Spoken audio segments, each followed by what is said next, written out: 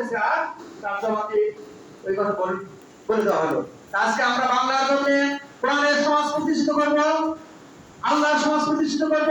যে সমাজ প্রতিষ্ঠিত হলে আমাদের সমাজ কিভাবে চলবে? এখানে ন্যায় এবং ইনসাফ প্রতিষ্ঠিত হবে। আজকে আমরা বিধবা ভাতার কাজ করতে গেলে 5,000 টাকা দেওয়া লাগে, একজন বিধবাকে কাজ করতে গেলে 5,000 টাকা দেওয়া লাগে।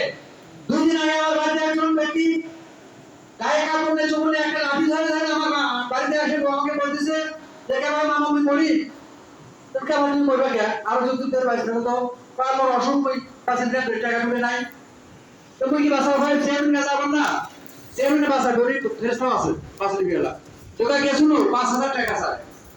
একটা অসহায় মানুষ যে চলতে পারে না, যে ভিক্ষাবৃত্তি করার উপক্রম, যে একটা কাম শেষ করতে পারে, তার কাছে যদি 5,000 টাকা চায়, সেটা আমাদের বর্তমান চেয়ারম্যান রানী